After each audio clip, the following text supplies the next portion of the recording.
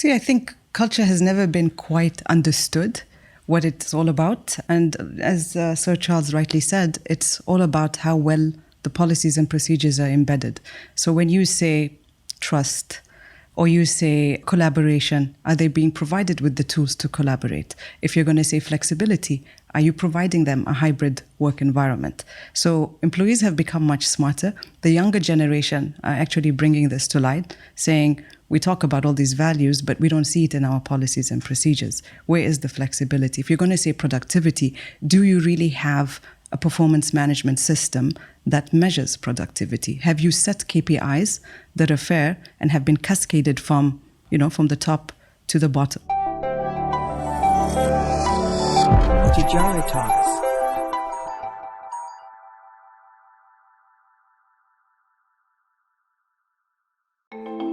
Welcome to the Tejarah Talks podcast, the second episode where we talk about corporate culture.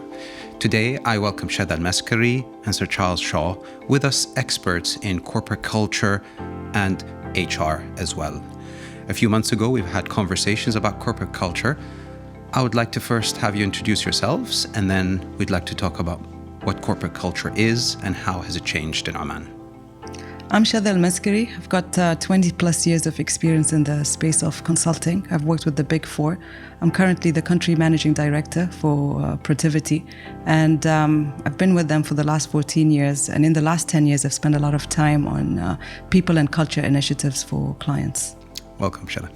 Sir Charles? Marhabtain, Your Highness. Shatha, nice to be a part of this podcast with you.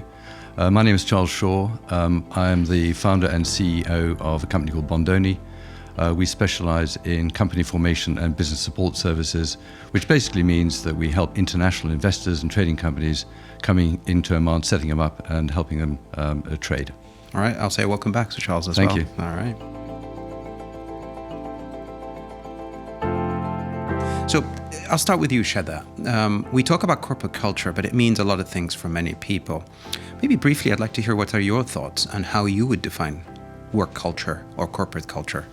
Okay, so corporate culture is a very big concept. It's values, it's behaviors, it's the risks that the organization chooses to take, their tolerance for certain conducts, their intolerance for other conducts.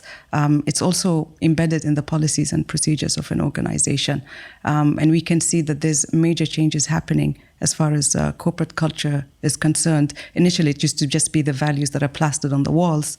And now there's a lot of discussions about coming in and actually assessing the pulse and the culture of how employees feels towards the corporate I like the idea of the organization. pulse, because that kind of dives deep into how people feel about the organization. So Charles, what's your take on corporate culture? Corporate culture is the DNA of any business. And I think what Shatha's just said is excellent in that it creates the parameters of a business. You have the vision of the business and you have the values, and they are the pillars. And those pillars are there to stay. And within those pillars, you can then create your own objectives, strategies, HR cultures, and all of those sort of things. But it is definitely the parameters of which any company needs to have to be successful. See, your reference to DNA is quite interesting, because we never see DNA, but we're able to detect it in various ways. So it's, in many ways, corporate culture, if you'd agree with me, is very intangible. It's a sense of when we walk into that place and how it makes you feel, whether you are an employee or a customer for that matter, or a client or a partner or whatever.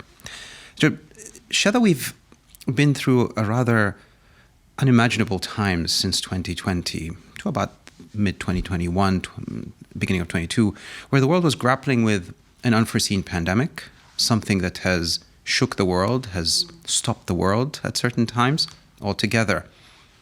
And companies everywhere in the world had to deal with that change. And that change wasn't planned for. It was never in your strategies. How has that changed us and how we think about corporate culture? No, I think everything has changed. Ever since the pandemic happened, I think employees saw the true colors of their leaders and their employers, the actions they took in their favor and against them. Whether it was pay cuts, whether it was flexibility, whether it was hybrid working, whether there was key consideration into their mental well-being. And we can see that a lot of them, I mean, we're talking about a time when it was very difficult for everyone, for employers as well as employees. But there's also the concept of the Great Resignation. It's not just relevant to countries overseas, but also in Oman, we saw the Great Resignation happen. And everyone was like, how do they make decisions like that, especially when the job market wasn't the most attractive at that point in time. So the question would be how? Why would anyone resign during very difficult times when uncertainty might mean that you might not be able to go back to that job opportunity or find a new one? I think they did put their mental well-being before anything else. A lot of them went through depression. Some of them, with sudden pay cuts or sudden changes in their position in the organization, even if it was just a lateral move, but it was like, this is not the right time. I'm not keeping very well. You're asking me to reskill myself and so on. But some did have an opportunity to change jobs or even change careers. But mainly they just found it was, it's not the kind of values I believe in anymore. I think the whole concept of values just came to surface, as opposed to, like I said, the values on the walls were revealed during the pandemic. Which brings me to you, Sir Charles, because you did mention values and how those drive that organization and the culture. Have those values changed, as Shatha has said, with the writing on the wall? Or we were not successful in communicating those values, generally speaking? I would debate that these changes have actually happened as much as one thinks. I think during a lot of companies, who've been going on for 20, 30, 40 years have had their own culture and their own values. And COVID was a global pandemic. All of them have actually suffered locally in terms of making people redundant, recessions, all of those sort of things. And the corporate cultures, the values, were tested in that time. And during COVID, the corporate culture and the values was tested more than ever before. Now, I think the companies that have the right corporate culture, that communicate their values during COVID, have they changed their values? I think some of them have probably tinkered with them, but by and large, they will look back on their values and just say, they worked. So I think there is a big change there. The big thing about values, Shatha portrays it very well. A lot of companies just put the values in the kitchen where you can see them. That is explicit. But every single value that one has in a company needs to be woven into the procedures and processes of the company. And that makes them implicit. So if I've started the business and then I go, but provided those values stay with that company, those processes and procedures will stay with the corporate culture whether I'm there or not. So corporate culture is a very, very deep thing. And if some of the values were flaky, then I can understand them changing and good for them to change. But a lot of companies have dug deep and they've looked at their cultures and they've communicated like mad. And I think with my experience here in Oman and also with a couple of companies that I work with in London, they haven't changed. We've probably tinkered with them, yes, but some of us haven't changed. Shatha, you deal with a lot of Omani companies of different sizes. And one of the key questions is, how are they coming up with those values? How has company purpose changed since COVID? And what kind of directions are we going towards today? You've mentioned flexibility, well-being, hybrid work, but I'm sure that's not all of it. So we've seen a huge influx of requests as far as organization and transformation initiatives are taking place in organizations. I mean, we've seen them asking us to revisit their vision, their values. Some are coming in and saying, can you please come in and do a cultural assessment? Others are coming in and saying, can you... What kind of cultural assessment would you do, Shatha, when you walk into an organization? What are you looking for? So there's obviously a whole host of different areas that we look at, starting with the values. There is surveys going around asking employees. It's very easy to ask one side of things or look at what's on paper, documents and policies and procedures, but then actually conducting a survey, having focused group discussions to really understand the root issues in the culture. Right. And so you were saying you're seeing some of those changes and requests. What are they asking for? I mean, you enter in and you talk to them about culture. There could be a bit of theoretical work happening and then the discussions. But what are they looking for? To change a set of values, as Sir Charles had said? Just tinker with them? Was there a revamp? I mean, they're coming to the realization there's two aspects that we need to look at. One is employee engagement. How do we heighten employee engagement so we can improve productivity? And the other aspect is obviously if you take care of the employees and they're highly engaged, then they take care of your customers. So customer experience is the other aspect. What you say resonates with me in the sense of what we hear about the big corps around the world, anywhere from the US, the UK, and Europe. But sometimes you might be working in another very exciting sector, very kind of mundane businesses that are looking to survive and carry on. What are these businesses doing in Oman, for example? They're critically important. See, funny enough, the smaller companies don't really need any help. They've been able to pivot during the pandemic and even post-pandemic. And I think their ability to adapt to a flexible environment or to hybrid working has been so much easier for them. And they bank on their values. So they do walk the talk. And it's obviously much easier when you're dealing with 10 people or 15 people as opposed to an organization that has like 3,000 employees and has a culture that's 40, 50 years old versus a culture that's 2 or 3 years old. Which will bring me later to the generational sort of or intergenerational relationships as well. But you kind of highlighted very interesting stories there. And I'd like to kind of, again, lean back on your points about what's happening, Sir Charles, in and outside Oman. So we're hearing about companies, smaller ones, pivoting. And I understand the investors that you bring in from the UK are of various sizes and they're looking to operate. But you in a small organization yourself that is an intermediary in much of these transactions, you must have a set of values. Very much so. And have those had to change to adapt to the way we've dealt with the pandemic and post-pandemic cultures? Firstly, if you look at my company, we are very much an Omani company. But we have values which I've lived with, for 30, 40 years. And those values stayed with me and they are still with my company. We look after, it's not just Great Britain, we look after 65 companies in this country that come from 20 different countries that serve 26 different sectors here in Oman. And they are multinational, Fortune 500 companies to some very, very good entrepreneurial mid-market businesses.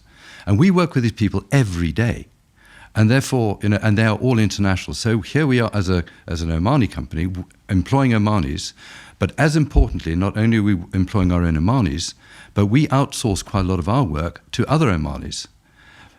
But they are still providing one service to all those companies. So it's not only the cultural, the corporate values of Bondoni. My people that I outsource needs to and have to buy into the corporate culture of Bondoni.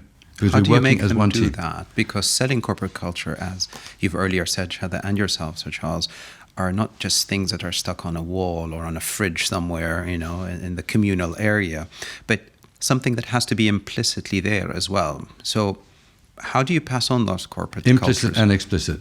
If I'm working seriously with any supplier, for example, the first thing that they know are Bondoni's values. And I will go through them with them quite clearly.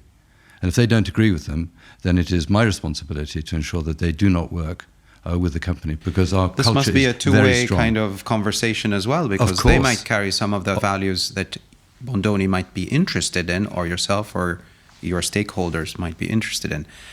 Are you seeing those changes happening from the other side? Very much so. You're looking at oil and gas to food, food and beverage to consultants. You've got a broad spectrum of businesses there. But I think regardless of what the sectors are, if they've got their own corporate cultures and you know that they're there, then we must respect those. We need to be flexible enough to understand how they are, whether it be sector or whether it be country. The Americans are different to the Norwegians, who are different to the Italians, who are different to the GCC. And we need to accommodate that with all the companies that we work with. And we respect their culture. We really respect their cultures and their vision and their values, provided they respect ours as well. And then you've got a really good two-way street. So, in essence, the question would be, how do these cultures fit into the Omani work culture? So, you bring in an investor, and what kind of things are they telling you when they come in and say, listen, we've dealt with, in sector 1 or 2 or 3 with certain Omani companies, and we've liked this particular thing, or we've had trouble dealing with certain behaviors, as we've heard earlier. Yeah, it's a really interesting one, and this is a global thing rather than just from Oman. There are companies that come into Oman saying, "Oh, I've just tried this company in Oman, and I couldn't work with them, and therefore we're trying somebody else." That happens everywhere in the world. What about the positive stories? Because with every story there are two sides. There's always has there sort of some story that told you, "Hang on, we would love to come back and work with X, Y, and Z because of their culture, because of whatever they bring to the table, besides the commercial, obviously, proposition." Yeah.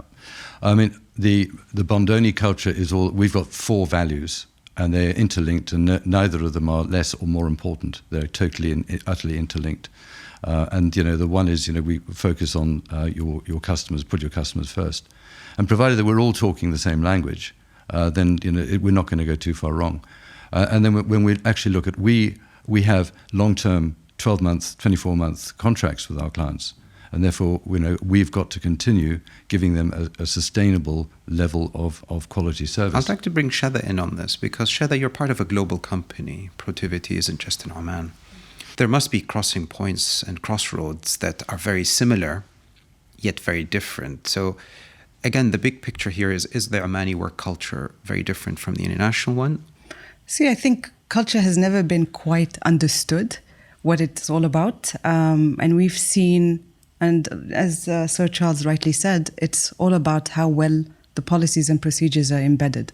So when you say trust, or you say, I'm just trying to think, a collaboration, are they being provided with the tools to collaborate? If you're going to say flexibility, are you providing them a hybrid work environment? So employees have become much smarter. The younger generation are actually bringing this to light, saying, we talk about all these values, but we don't see it in our policies and procedures. Where is the flexibility? If you're going to say productivity, do you really have a performance management system that measures productivity? Have you set KPIs that are fair and have been cascaded from the top to the bottom?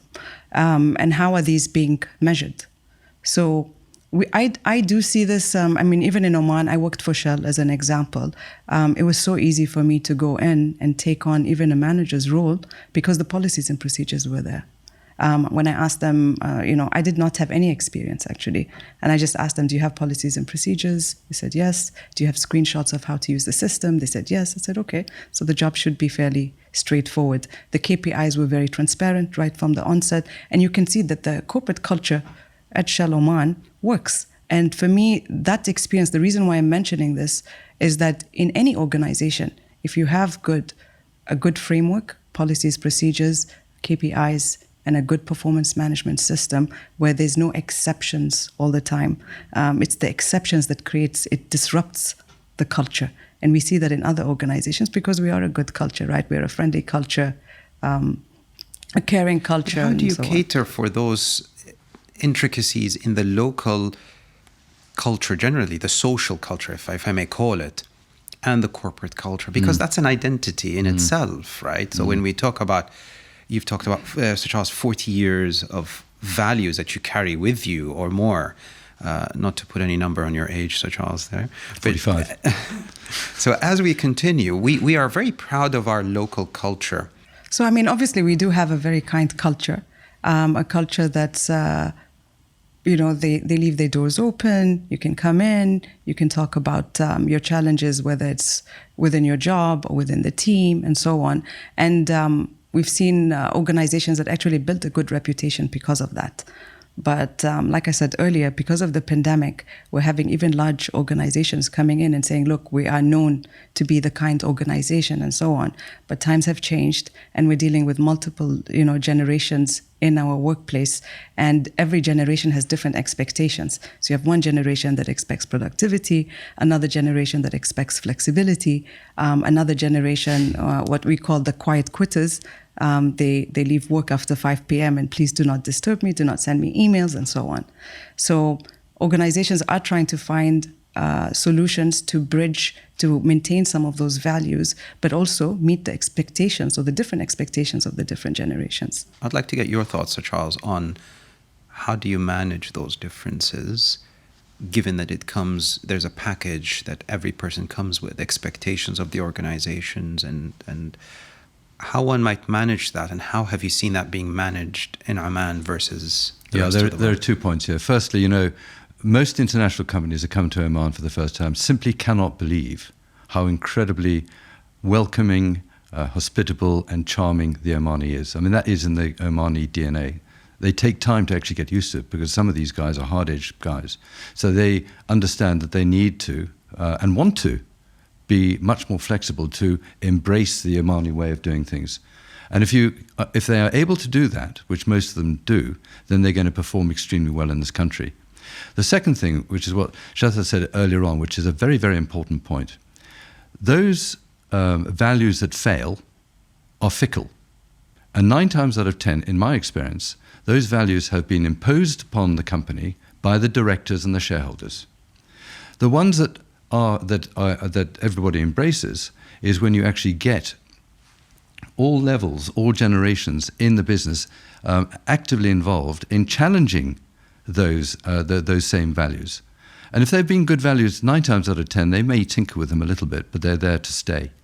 But the important thing is, psychologically, you're getting the everybody involved in it, and practically you're listening to the 5 generations, whatever it is, getting their views as well. So, provided that there is some kind of embracing of them all, then you've got that buy-in and that openness, and the company will go forward. Particularly when you've got Omanis and expatriates from different parts of the world, really important to get them all involved at the same time.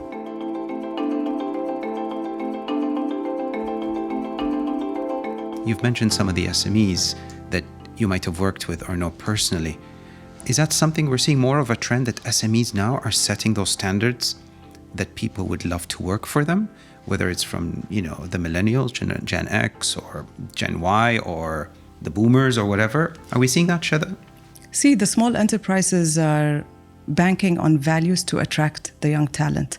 And we also face these challenges when we try to attract the really talented young generation. The first thing they ask is about our values. Actually, they run interviews with us. So the interviews kind of just switch around, and they actually assess us out, saying, okay, in a scenario like this, what is it that you would do? How would you go about this and that? And then they actually make decisions based on our values. So what do you tell them? I mean, they would obviously create scenarios and saying, if I had a situation like this, how would the company take care of me?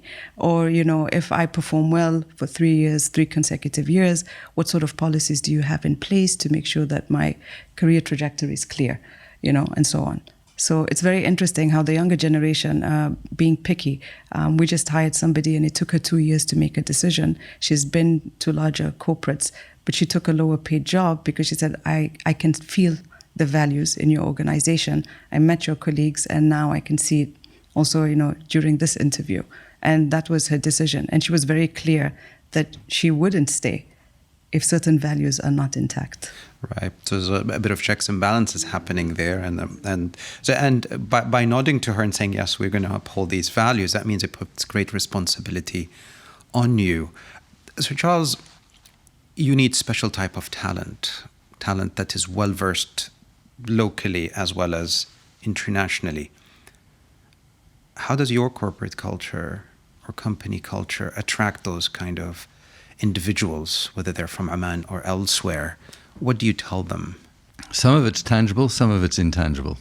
I think tangibly, as my team would be the first to admit, I take time to actually finally make the decision as to the right person that comes into the country and into the company. Why? Because in my experience, one of the most expensive things that happens to any leaders or managers is to recruit the wrong person. Because after 2 or 3 people, you've invested all that time in induction and values and visions and things, and suddenly you think, oh my goodness, they're not the right person. And all that time has been expended. So I'm very cautious when I employ people. And I think I'm very upfront with them as to what the corporate vision is and what the values are. I test them at interview stage as to what the values of the company are.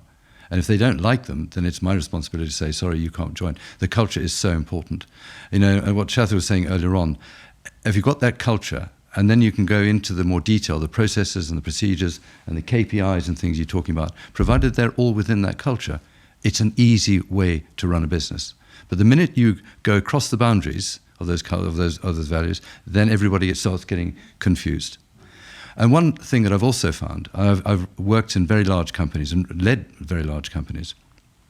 And frankly, I prefer leading small, more agile companies because it's frankly more fun. I find that sometimes you get people from big companies wanting to join a small company. And you think, great, they're going to come up with a lot of experience. But their culture is not as agile and flexible as to what you want. So more often than not, these people that come from big companies joining a small company, they struggle because of the flexibility, the agility, and everything else. So one has to be very careful with talent, but not just technical, but cultural and soft skills too. So, Shatha, how do you manage that? How do you manage talent which may not necessarily fit within the corporate culture, but you know there is value there?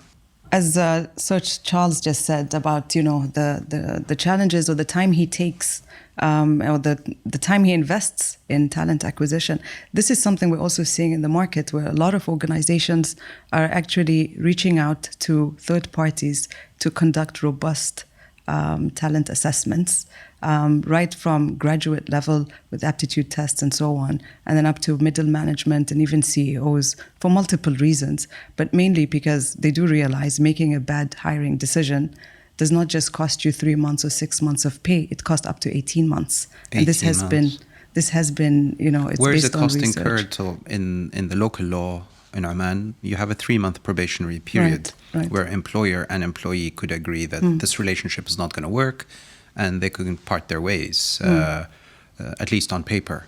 So where are we getting the extra cost coming through from?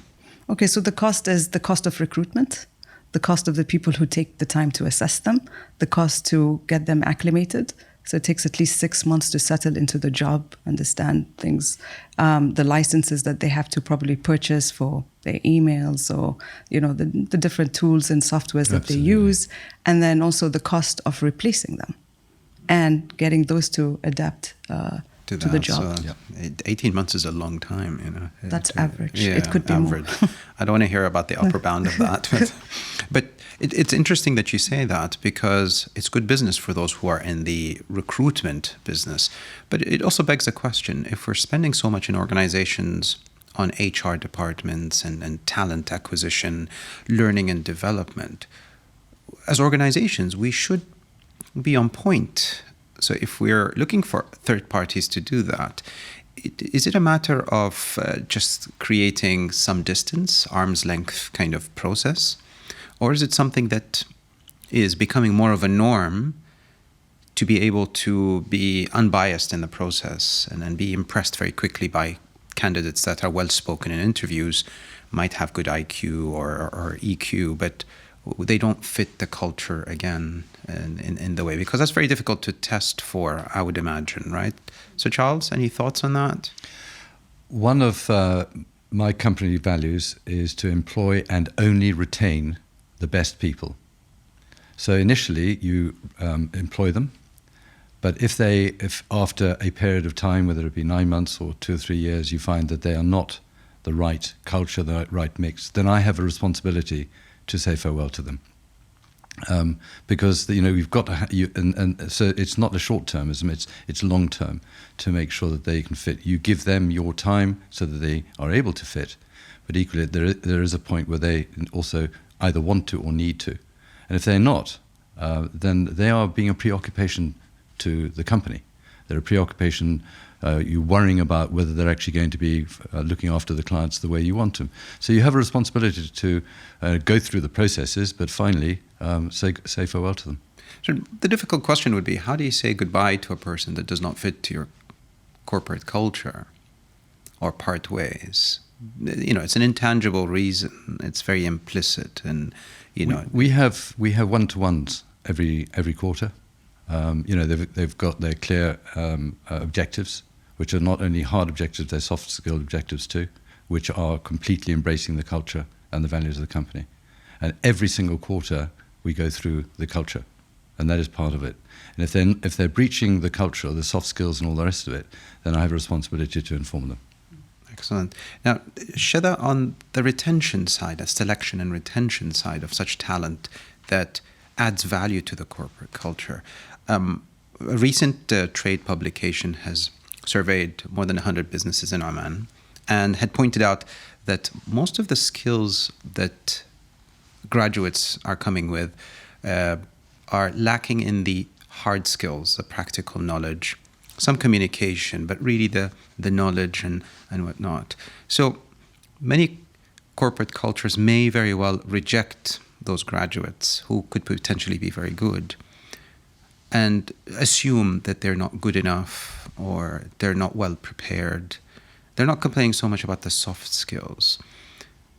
Are there any biases that we see in our way of selection? You've said third parties could be one way to avoid that. But are we really avoiding the talent that comes in and asks us about our work culture and what we do? And we find that very discomforting. Are your clients complaining about the difficulty of finding the right talent? Or they're not very clear about communicating what they stand for, what their purpose is, and what their values are? No, I think there is clarity. Organizations know what sort of caliber they're looking for, but the talent are scarce, and there is a war out there for them. And talented people know they can be selective. Just like I said, some of them actually, it's not that they can't get a job. When you meet them and you're like, how come you haven't been working for a year or two? It's like, I'm still deciding what suits what is aligned to my values. Does it worry you a little bit if we're being too picky? I'm assumingly, not myself, but, representing a talented person who's open to work, on my LinkedIn profile, but I don't necessarily go out there and, be hard-hitting about how I want to get, the next opportunity. Does that tell you that I'm a bit slack? COVID has just made me, extend my expectations unreasonably. Are we seeing that from the other end, the receiving end, from people looking for those opportunities? I think because of COVID, a lot of truth has been revealed about different organizations. And, with the influx of messages on social media and so on, there's a lot of information out there where the younger generation are able to source and have a better understanding of what these organizations are all about. And obviously, they do a lot of cross-referencing. So even if they meet with you, they would probably see who are you connected to and what do those other people think of you as a leader or, as a peer in the market and so on. So they've become picky and choosy. They do a lot of research on corporates, just as much as we try to also take the extra steps in assessing their soft skills and hard skills. I think, to be fair, hard skills is a given. They will learn that on the job. Soft skills and attitude is a bit more difficult to, Absolutely. Sir Charles, we hear a lot about the Great Resignation and all of these themes that Shatha had alluded to, the quiet quitters, and I like that. That's very, and we've seen that in Oman recently. Yeah. Where people have just, decided to stop working in a particular job, maybe develop a side hustle or something. But is it the same locally as we see it elsewhere? No, I think it does happen a lot in this country, where there is, especially the young, they are in ways ambitious, but they're not loyal. Or their ambition is ahead of their loyalty. They want to get to the right loyalty compared to, say, boomers and earlier generations who are stuck to a career as a job? Yes, or are we loyal because younger. we just like a company because it pays me well and, it doesn't really matter what else comes? I think that when you leave university, for example, you're very idealistic and you want to do this and that and the other. And you're very focused on getting the right job. And if you don't get the right job, then you will just go. And there's a lot of that. That doesn't just happen in Oman. It does happen a lot in Oman, actually. But it also happens everywhere else. But as one becomes more mature in the workplace and you've had 3 or 4 years of experience, you then reflect a little bit more and just say, well, actually, you know what, I'm going to hang around here for a little bit longer so that I can actually go into the next job without having a gap between this job and the next job. So I think it's a matter of maturity and experience in business, to be honest. Yeah, Do you agree? I completely agree with you. It's almost like I always say it's a self-promotion. They just bounce from one job to another. But when they get to a certain level, you're like, wait a minute, there are certain skill sets missing. The expertise are not there, but they moved up really fast. Right. And I suppose whatever corporate culture you have needs to be mindful of those challenges, right? So we've talked about some of the intergenerational challenges of managing 5 different generations at certain times. But with each generation, the question would be, are we managing them well through our corporate cultures? Do the current corporate cultures around the world and in Oman fit multi-generational workplaces beyond the cliches of what millennials want and Gen Zs want? Are we really doing that on the ground? Do we have examples in Oman, say, of sectors, if not companies, that are doing this very well? I think if you're looking at this, the 5 business generations, this is a very, very important part in culture, because it's two-way. You know, on the one hand, you've got the people the top of those 5 generations, which, dare I say, I'm one of them, and then you've with all the experience in the world, but then you've got the young new blood coming in, and I have absolutely every incentive in the world to ensure that I listen to that new blood. For example, my wife and I, we come up with we take a view of something, and we think, well, is that an old-fashioned view? We always go and speak to my children, who are 30 years old and say, what do you think? So within the family, we're then getting a more balanced opinion of things. And the same thing must happen in a company. You get that, but it has to be two-way. The young want to, and I think one of the great things I've learned in Oman is that the young Omanis are very, very hungry to learn, which is fantastic news. And so they are eager to learn and to listen, as long as we're eager to learn and listen to them too. That's the balance which you will strike in any company. So, Shatha, are we stuck to our old-fashioned ways when it comes to corporate culture in Oman, or are we really dynamic about it and changing things? What are you seeing?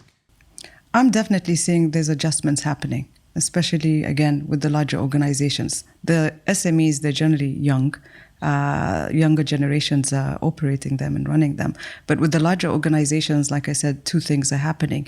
They are very adamant to do employee engagement surveys on an annual basis, and the cultural assessment maybe every 2 years. They have focus group discussions trying to address different departments, different age groups, even gender, and the expectations, so that they can go back, revisit the values. And as Sir Charles rightly said, that getting the buy-in of the employees. So now they don't just put the values up. It's not just the leaders in the room doing that, but they're actually having sessions with hundreds of employees to rewrite those values. Absolutely, that's interesting.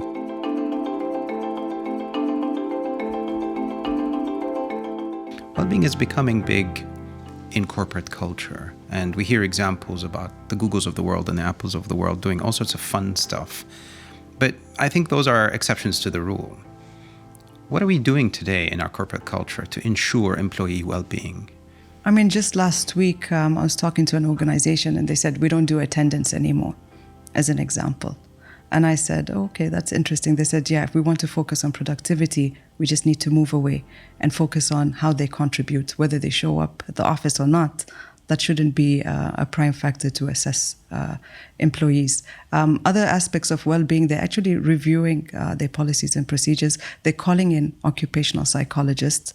They're having, almost on a quarterly basis, getting either a speaker in or ensuring that the staff have access to them if they require a one-on-one. But they are also going back and revisiting the policies as to how they can create some balance. And not just that, but even on the benefits.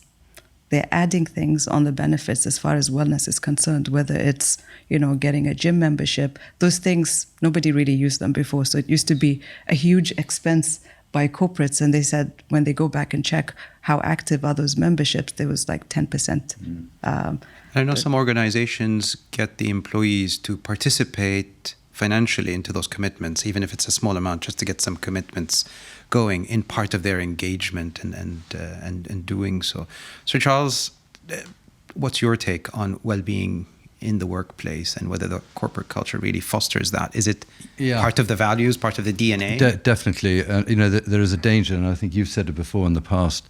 There's a danger that the corporate culture is too systemized, and looking at systems, looking at operations, and you need to look at the person a lot more than a lot of companies actually do. When I started business a long time ago, one never heard of things like well-being. You never heard of sort of mental health and all those sort of things, but they were implicitly there.